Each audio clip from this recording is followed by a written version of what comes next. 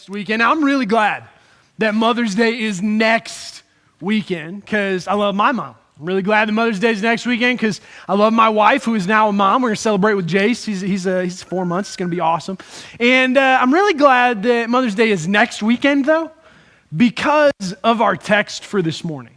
As you're going to see in just a few moments, the text that we read together today, it's not a Mother's Day message. It would not fit very well if today was Mother's Day, because in these verses that we're about to read, Jesus redefines the boundaries about families. He redefines what family looks like. He says who's in, he says who's out, and he shows us how we can become part of God's family. We see it in Mark chapter 3, verses 31 through 35. Mark 3, 31 through 35. Jesus' mother and brothers arrived, and standing outside, they sent someone in to call him. The crowd was sitting around him, and they told him, "Your mother and brothers are outside looking for you." "Who are my mother and my brothers?" he asked. Then he looked at those seated in a circle around him, and he said, "Here are my mother and my brothers. Whoever does God's will is my brother and sister and mother." See what I mean? That is not a Mother's Day message. What Jesus does in these verses is he explains that whoever does God's will is part of God's family. Whoever does God's will is actually part of God's family. In other words, what we could say is that following the Father's will makes us part of his family. When we follow God's will, we become part of God's family. And I love what Jesus has to say in these verses because partially because I'm an only child. And I'm the kind of only child who's a proud only child.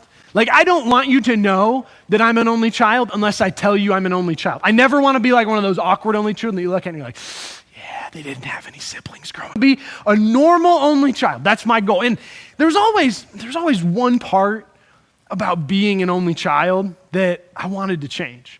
And it was the part where I didn't have any siblings.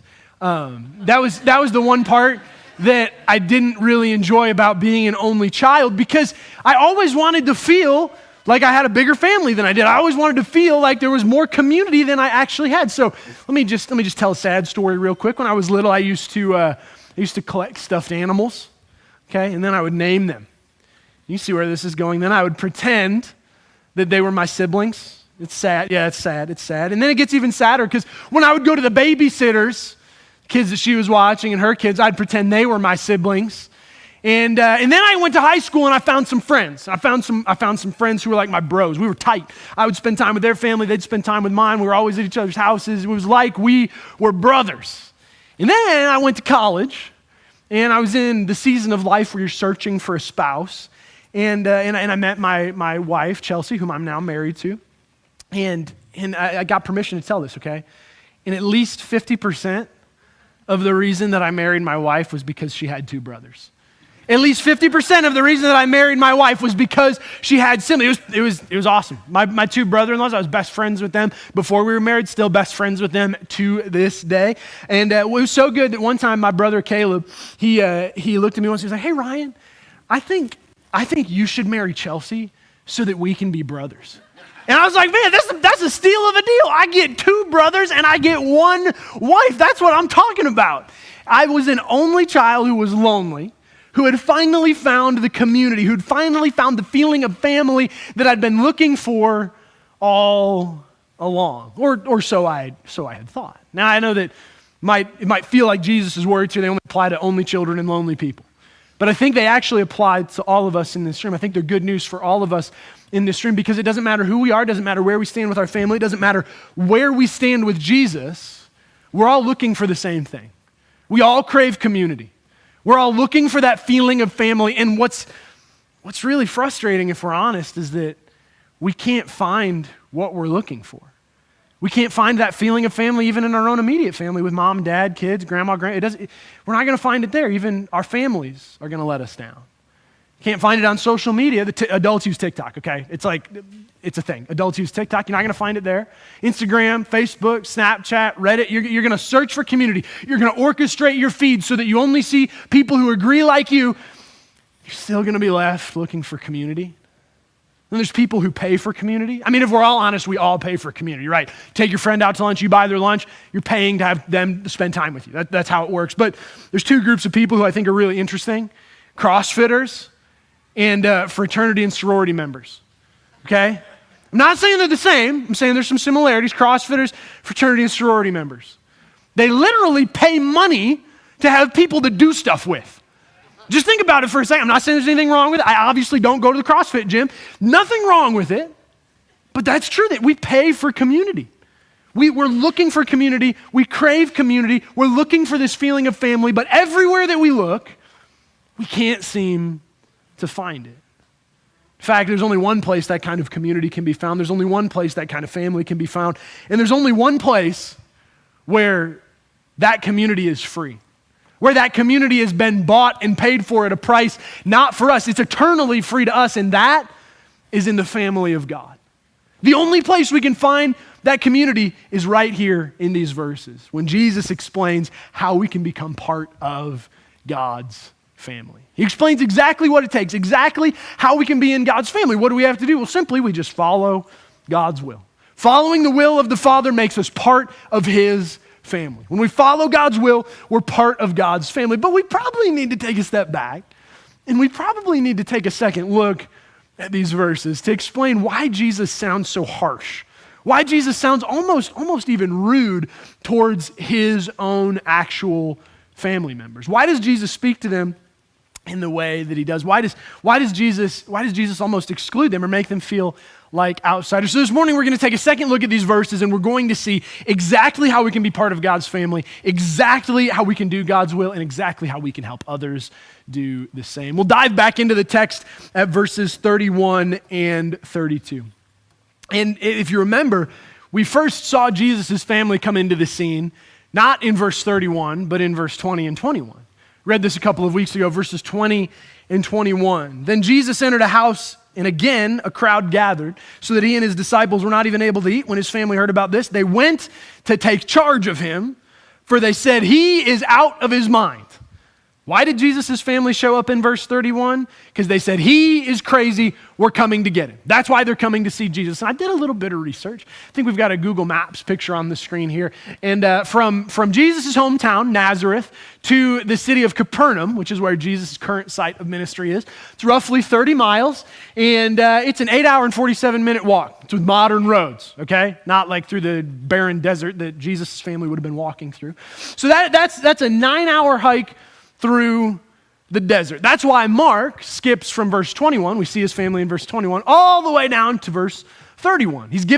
Mark's giving Jesus' family time in the story to get there. So what does Mark do with that space in between? Well, he sort of sandwiches in the story that we covered last week, the story of where Jesus is accused by the scribes of being the prince of demons himself.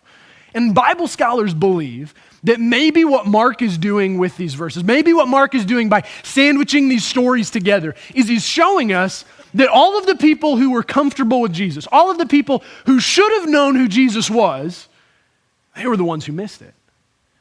The scribes, they had the entirety of the Old Testament, almost memorized, in fact, pointing them to Jesus. If anybody should have known Jesus, it was them. His family had been around him since he was little. They should have known Jesus. They should have been close to Jesus. They should have known what he was capable of, but they miss it.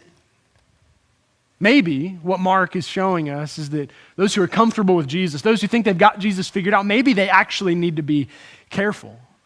I think what Mark's showing us in these verses is those who think they know Jesus really well, they might actually need to get to know Jesus a little bit better. So we've got his family. They make it onto the scene. Why are they there? They think he's crazy. Why would they come and see Jesus if they think he's crazy? Well, a couple of different options exist. Number one, maybe they were thinking, well, Jesus is in danger. Jesus is in danger. He's upsetting the religious authorities with the Jews. He's upsetting the governmental authorities with the Romans. We need to go and we need to put a stop to this before somebody ends Jesus' life. I think that we're going to keep Jesus safe. We're going to protect Jesus, so they come to get Jesus to keep him from hurting himself. Or maybe another option is his family's a little bit embarrassed by him. His family's trying to stop Jesus from embarrassing them. And I think this is probably similar to like my family trying to get me to not wear a really rad handlebar mustache to preach this Sunday morning. Obviously, you can tell who won that fight. But Jesus' family, They don't want to be embarrassed by him. Jesus is saying things that are frustrating people. Jesus is saying things like, I'm the Son of God, sounding a little bit like a crazy person. He's probably embarrassing his family, and in a culture that's built around honor and shame, it wasn't okay. His family comes to take charge of him, to put a stop to this embarrassment, regardless of whatever their motive, whatever reason they came to see Jesus. I think that it's safe, we can say, I think it's safe to say that they took their will, they put it over and above God's will. They took their will and put it over God's will. See, from this text, what we see in verses 31 and 32 is that God's will, it doesn't equal our will. God's will does not equal our will. Jesus' biological family here, they were the ones who didn't follow him. Just because we're close to Jesus and do Jesus-y things, just because we go to church, doesn't mean that we're a follower. Family does not equal follower. God's will does not equal our will. We see it here in verses 31 through 32. Jesus' mother and brothers arrived. Standing outside, they sent someone in to call him. The crowd was sitting around Jesus' feet, and they told him, your mother and brothers are outside looking for you. Our will does not equal God's will. What's the difference here between the crowd and the family? What's the difference between where the crowd is at and where the family's at? Well, the family, they're outside. You might think they would be inside. That's a normal place to find a family. But who's inside? Who's close to Jesus? Who's in his circle? Who's sitting around him? Who's listening to what he has to say? It's the crowd. The crowd is close to Jesus. The crowd is near Jesus. The crowd's hearing what Jesus has to say. The crowd is putting their will behind them and saying that Jesus, his will, that is the most important thing. The difference between the crowd and Jesus' family is that Jesus' family, they say, our will is more important than God's will. I don't think they intended to. I don't think they meant to. I don't think they meant to push God's will aside, but that's exactly what they did. But the crowd, the people sitting at Jesus' feet, what do? Well, they do God's will. They do God's will because they're in Jesus' presence. I imagine the crowd's got to be feeling good. Like, man, we are insiders. We are on Jesus' team. This is good. And Jesus' family, they've got to be feeling kind of bad. They're outsiders. They're literally left outside of the house. Jesus never interacts with them once in person, face to face in this passage. His family's probably feeling like an outsider. His family's probably feeling something similar to what I felt the last time I shopped at the store Aeropostale. I don't know if you guys are familiar with this store in the mall. Just let me paint a mental picture of this store for you. So when you're walking through the mall and you hear like college fraternity music playing, like a frat party's happening inside, so that's Aeropostale. And then you get to like the threshold of the door, and then the smell hits you in the face, and it's like everything and everybody have been sprayed with the same cologne that smells like some rich kid who's got more money to spend on cologne than you do, and it's sprayed all over. It's what it smells like. Hits you like a wall. And then you look around, and you see all the staff members, you see all the customers, and for some reason they all look the same. They're all wearing the same clothes. They're all under the age of 21. Where do you even find that many people under the age of 21? I just went in to get a pair of jeans. I thought it was the will of God that I was going to find a pair of jeans that day. Just needed to get some jeans. And I was sadly mistaken. I went into Aeropostale thinking, I am an insider. These are my people. And I left knowing without a shadow of a doubt, I am an outsider. These are not my people. I have nothing in common with these people or this store. And this is, long story short, I still bought the jeans. I don't wear them because they're too tight and there's too many holes in them. There's even jeans that I can't pull off that have got holes in. I went into Aeropostale thinking I was on the inside, finding out that in fact, I was not. Finding out that I was an outsider, just like Jesus' family here. They probably think that they're close to Jesus. They probably think that they're doing the right thing, but in fact, they're the ones who miss it. They're the ones who misunderstand Jesus the most. It's unfortunate, but when we come to these verses, we have to ask ourselves sort of the same questions. Are we like Jesus' family members? Are we ashamed of Jesus? Are we embarrassed by what Jesus does? Are we embarrassed by what it looks like to follow Jesus? Or are we proud of our church? Are we proud of our faith? Are we proud of bringing people and helping them to know Jesus better right here at New Life? If we're like the crowd, then maybe that's our answer. Doing God's will. Are we like Jesus' family? Jesus, he knew where he was headed. He knew he was headed to the cross. He knew exactly what he was doing making the Romans mad. He knew exactly what he was doing making the Jews mad. He was headed to die. But his family, they stepped in and said, no, Jesus, we need to keep you safe. Jesus knew what he was doing. He knew he was following God's will. His family, inadvertently, they stepped in the way of God's will. They were getting in the way of what God was doing, and they didn't mean to. We have to ask ourselves if we're doing the same. Do we come to Jesus just to get what we want? Just to get our will? Or do we come to Jesus so that he can do what he wants? Do we come to Jesus just to be with him in his presence? I think that's what the crowd gets right. Where his family gets it wrong, I think that's what the crowd gets right. If we want to know how to line our will up with God's will, right? God's will, doing it makes us part of his family. Do God's will, be part of God's family. If we want to line our will up with God's will, how do we do it? I think we do what the crowd does in these verses. I think we do what the crowd does. What do? They're in the presence of Jesus. They're sitting at Jesus' feet. They're hearing from Jesus. They're doing what Jesus says. They are close to Jesus. They're putting their will behind them, making God's will, Jesus' will, their priority. So for us, what does that look like? Well, it probably means being in God's presence. And I'd argue that there's not very many places that God's presence moves as powerfully than in a church service. We get the family of God together like we do right here, Sunday morning, New Life Church, 9:30 a.m. There's not very many places where God's presence moves as powerfully as it does right here. And we know that when we're in God's presence, our will lines up with his. And we know that when we do God's will, it makes us part of God's family. When we follow the will of the Father, we become part of his family. So Jesus' family, they show up on the scene. And now in verses 33 and 34, we see how Jesus chooses to respond. This is where Jesus radically reshapes and radically reforms the boundaries around what a family looks like. Verse 33 and 34, "Who are my mother and brothers?" he asked. Then he looked at those seated in a circle around him and he said, "Here are my mother and my brothers." From those verses that we just read, we're going to see that blood equals family. Blood equals family. But wait a second, Ryan. Didn't we just say that Jesus' biological blood relatives were not part of his family? They were not part of the family of God because they didn't do the will of God. Well, sort of, but what we have to remember is that the only way any of us are part of God's family is through Jesus. Jesus' body that was broken for us, Jesus' blood that was poured out for us, Jesus dead upon a cross, raised to life 3 days later, Jesus who defeats death, hell, and the grave forever for us. That's how we become part of God's family. It's only through Jesus and his blood that covers us. Blood equals family. Specifically, the blood of Jesus that covers you and I. That is how we are made part of God's family. There's no other way. There's no other option. That's why we say that blood equals family. That's what Jesus is saying here in verses 33 and 34. But I think that at this point, we probably have to address Jesus' apparent harshness. Why does Jesus sound so rude? Why does Jesus sound so mean, almost disregarding his family? Well, if we think about it, Jesus, he's not exactly the ideal son at this point. Think about the kind of person that Jesus is. He's an itinerant preacher with no home and no steady income. He's not contributing to his family's finances, which was incredibly common during this day and age.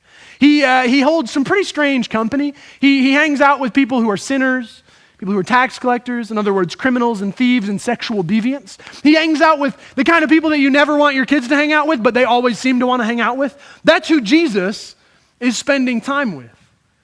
It's the kind of company that Jesus keeps. And then Jesus, he's made the Jews and the Romans, the religious and the political leaders of the day, extremely angry enough to try to kill him.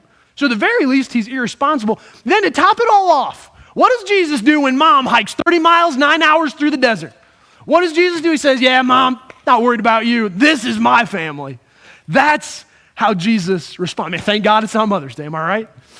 It is not Mother's Day because this is not a Mother's Day text. Jesus, what he says here is redefining, reshaping what it really means to be part of family. His blood makes us part of his family. And it sounds rude, it sounds harsh on the surface, but I think that what Jesus says is true. I think that Jesus says what he means here in these verses. Let me explain. I think that no matter where we stand with Jesus, and no matter where we stand with our family, these words are good news for us. Because if you think about Mark's audience, Mark is writing this gospel for a group of Christians in the city of Rome. Christians who had put their faith in, Roman Christians who had put their faith in the Christian God, singular, over and above the Roman gods, this is plural. They would have been disowned from their family. They would have not been accepted by anyone who they should have been accepted by. So the Roman audience of Mark's gospel, they're reading this text and they would find incredible encouragement because their family loves them a little bit less. They would find incredible encouragement because Jesus just said, hey, you're welcomed into a bigger and better and truer kind of family. Jesus just said blood equals family. But let's say you're not like Mark's original audience. Let's say maybe you love your family. You don't want your family to disown you. You want to spend some time with them. You like your family. That's probably many of us in the room this morning. We love our family, and we probably want to be the best kind of mom or the best kind of dad or the best grandma or grandpa or aunt or uncle or son or daughter or brother or sister. We want to be the very best kind of family member that we can be. Well, I believe that what Jesus says in this text tells us exactly how to do that. Because Jesus, he in effect, he says that the only way you can be the best kind of dad, the only way you can be the best kind of mom, the only way you can lead your family to know Jesus better is if you're first and foremost part of God's family. I've seen Jesus' words here explained in terms of marriage relationship. I think we've got a graphic that explains this on the screen. Okay, yeah, some people call this like the love triangle or like the love pyramid. We're not going to call it that. That's awkward. This is just the marriage shape. So, on the bottom, you've got husband and wife. The top, you've got God. And the idea is, you've probably seen this before, the idea is the closer that you get to God, the closer you get to one another. Everybody who's married, you probably want to have a healthy marriage. And you might think that, if I just spend enough time with my spouse, then we'll have a healthy marriage. But this shows us that maybe where a healthy marriage is actually found is in a healthy relationship with Jesus. Maybe where a healthy family is found is in God's family first and foremost. I know that the analogy isn't perfect, but I think you could put almost anything else on the other side of that triangle from you. You want to be a good dad? Where's that found? It's found in God's family. You want to be a good mom? Where's it found? It's found in God's family. You want to lead your family to know Jesus better? Where do you find that? You find it only through God's family. That is where God's family leads us. Through God's family, we become exactly the kinds of people that God calls us to be. Through God's family, we become exactly who we desire to be. So you might be asking yourself, okay, how do I apply these verses? Mark 3, 33 and 34. What can I do to make these verses, to make this story part of my life?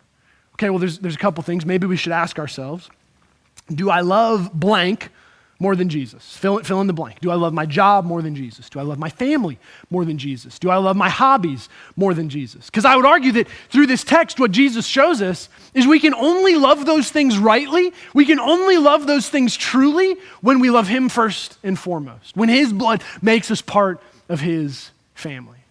And then another question we might be able to ask ourselves, we could probably ask ourselves, when's the last time that we skipped church for a family day?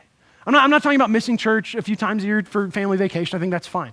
I'm talking about making it a habit of missing church for family time. Because I think what Jesus is saying in this text is that if you miss being part of God's family for family time, then what you're doing is sinning.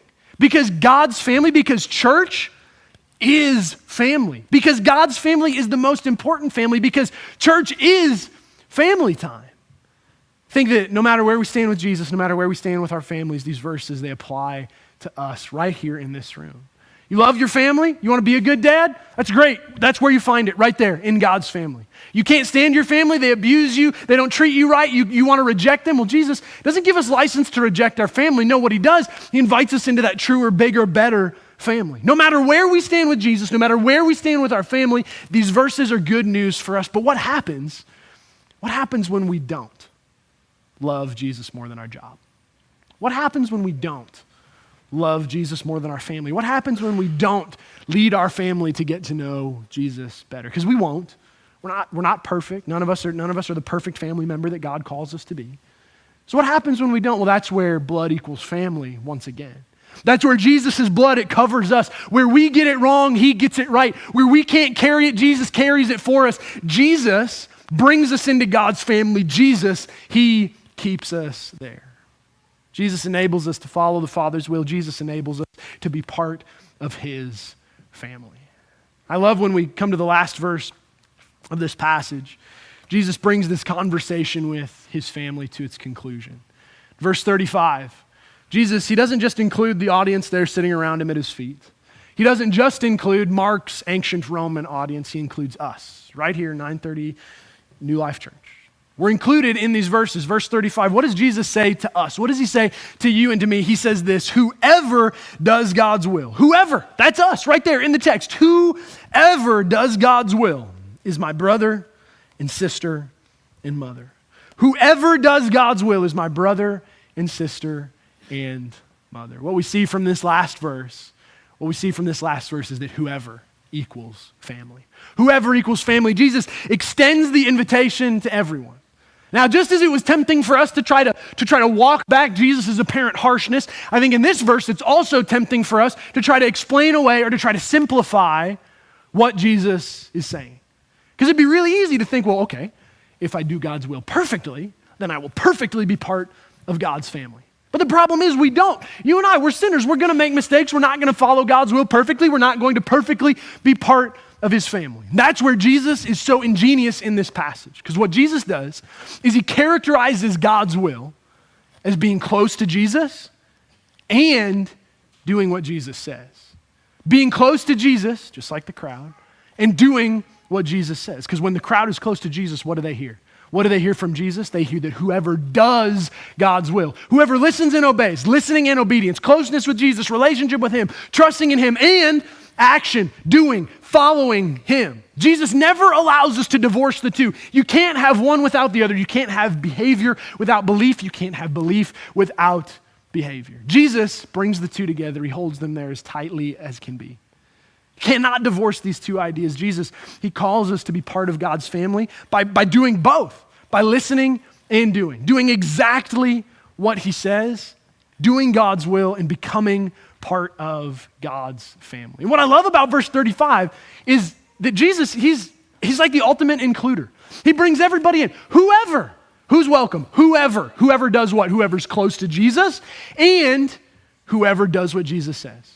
Whoever has a relationship with Jesus and whoever follows Jesus. That's who is welcome. You can see it even in the way Jesus phrases this verse. Verse 35, he mentions not just his brothers, he mentions his mother and his sisters as well. Why would Jesus do that? He's including women. That was unheard of in ancient times. Mentioning your mom and your sister in a text like this, that doesn't even make sense for Jesus to do unless he's showing us that they're welcome too. When Jesus looks at this crowd that's circled around him at his feet, probably sees scribes and sinners, probably sees Jews and Romans, he probably sees rich and poor, men and women, old and young. He sees all kinds in this crowd. He looks at them and he extends the invitation to them. He says, whoever would do God's will, they're part of my family. Jesus is the ultimate includer, which if I'm honest is like kind of stressful for me because I'm not great at including people. I'm not great at including people. When it comes to including people, it stresses me out a little bit. For example, my son's birthday's coming up. And by coming up, I mean it's 8 months away. And my wife already has it planned out entirely. And I can't tell you about the theme for my son's first birthday because it's a secret. But I can tell you this, I'm not looking forward to having to navigate the nuance of who to invite and not to invite. Do we invite just family or just friends? Do we invite church friends or work friends? Because those two don't mix. Do we invite everybody and we have the party right here at the church? Do we rent a venue and we limit the number of people we invite? Parents, you're probably familiar with this kind of stress. You're trying to plan your kindergartner's birthday at the OC. It's going to be a water party. You're going to have the pool and it's limited to 25 people. But somehow your kindergartner has 30 friends. And you've got to decide who's not going to make the cut. You can feel the stress, right? That's me. I am not good at deciding who's in and who's out, who to include and who not to include. But Jesus doesn't experience any of that. No, Jesus is the ultimate includer. He says everybody's welcome. Whoever equals family. Whoever does God's will. Come and be part of God's family. Come and be part of a bigger, truer, better family. That is the invitation that Jesus offers to you and to me. But the problem is that we're not going to do that perfectly. It's like we said, we're not going to do it perfectly. We're not going to follow God's will perfectly and perfectly be part of his family, but we know one who does. We know one who does. We know Jesus. He followed God's will perfectly. He performed God's will perfectly to the very end, all the way to the cross. And because Jesus did, he covers us when we don't.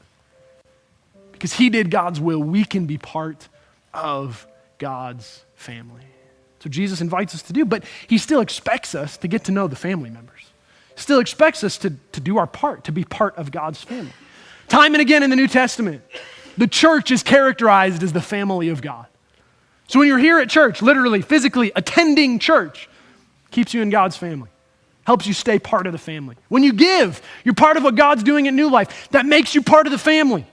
When you serve, you're connected to the community. You're part of God's family. When you're in a connect group, literally connected to the family. Those are the ways that we stay part of God's family. Those are the ways that whoever equals family. I think what we've heard all morning long is this invitation from Jesus. It's an invitation to find the kind of community that we crave, to find the feeling of family that we're all searching for. So whether we're a lonely, only child or we're a healthy, well-adjusted middle child with siblings on either side. Doesn't matter where we stand with our family. It doesn't matter where we stand with Jesus. This text is for us. This invitation is for us. Jesus, he says, come and be part of God's family. He invites us to put his will over and above our own. Our will, it doesn't equal God's will. He invites us to be covered by his blood so that he can step in when we can't carry on. He invites us to be part of a bigger, truer, better family. He invites us to see that whoever is family, anyone is welcome, everyone is welcome. Calls us to help people know Jesus better and to help others to do the same. Really what we've heard all morning long is Jesus' invitation to follow the Father's will and become part of his family. Let's pray together this morning. Jesus, thank you for the lengths to which you've gone to make us part of your family. That you're willing to die upon a cross so that we could simply know you. And Jesus, we're praying for your help this morning that we would do your will, that we would put your will over our own, that we would see that we're covered by you, that because of you we can be part of a better family, that because of you, Jesus, whoever is welcome, all of us are welcome. Jesus, help us to do God's will and find ourselves as part of God's family. Jesus, we're praying all these things in your name. And everyone said, amen. Thank you for watching us on YouTube today. We hope that the content that you heard helped you know Jesus better. Also, don't forget to click subscribe and to click the bell icon so that you'll get notified every time our channel drops a new video. If you would like to partner with us in what God is doing here at New Life, there are 3 ways that you can give. You can give by mailing a check to the church, you can give by going to giving.nlspringfield.com, or you can text 84321 with the amount that you'd like to give. And if you would like to connect with us in any other way, you can visit us at nlspringfield.com, click on the Connect tab, and we will get back to you as soon as we can. See you next week.